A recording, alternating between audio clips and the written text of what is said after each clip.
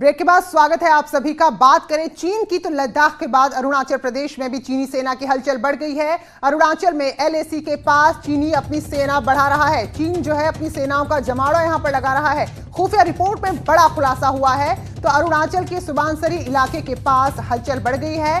तिब्बत के लुंग PLA camp में चीनी सैनिकों की संख्या में इजाफा देखने को मिल रहा है। ड्रोन की तैनाती के साथ ही नए हेलीपैड की भी तैयारी है।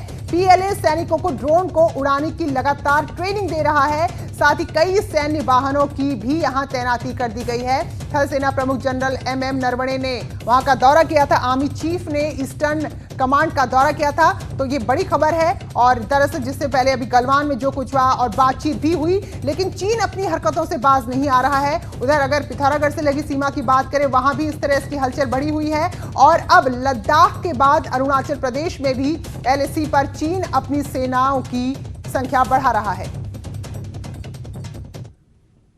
नई शिक्षा नीति में बड़े बदलाव को लेकर प्रधानमंत्री मोदी ने कॉन्क्लेव को संबोधित किया। नई शिक्षा नीति की बारीकियों को बताते हुए प्रधानमंत्री ने नेशनल एजुकेशन सिस्टम को नए भारत के निर्माण का आधार बताया। प्रधानमंत्री ने कहा कि नई शिक्षा नीति में व्हाट टू थिंक नहीं, अब हाउ टू थिंक पर जोर दिया गया है। प्रधानमंत्री ने यह भी कहा कि नए सिस्टम में 5वीं तक के बच्चे घर की बोली में ही, यानी कि जो भी लोक भाषाएं या बोली है उसमें ही पढ़ाई कर सकेंगे। नेशनल एजुकेशन पॉलिसी यानी कि एनईपी के तहत बच्चों की साइंटिफिक तरीके से पढ़ाई पर जोर दिया गया है। कॉन्क्लेव में शामिल देश भर के शिक्षाविदों को पीएम ने भरोसा दिलाया कि नई शिक्षा नीति में वो उनके साथ है और पुराने सिस्टम की भेड़चाल को खत्म करते हुए पीएम मोदी ने कहा कि एनईपी में छात्रों को उनके पैशन यानी कि जो वो सोचते हैं, जो वो चाहते हैं, उसके मुताबिक ही कोर्स करने की आजादी दी जाएगी।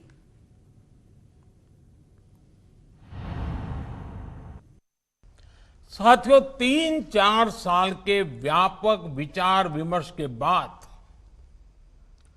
लाखों सुझावों पर लंबे मंथन के बाद राष्ट्रीय शिक्षा नीति को स्वीकृत किया गया है कि राष्ट्रीय शिक्षा नीति आने के बाद देश के किसी भी क्षेत्र से, किसी भी वर्ग से ये बात नहीं उठी कि इसमें किसी तरह का बायस है या किसी एक तरफा कोई झुकाव है।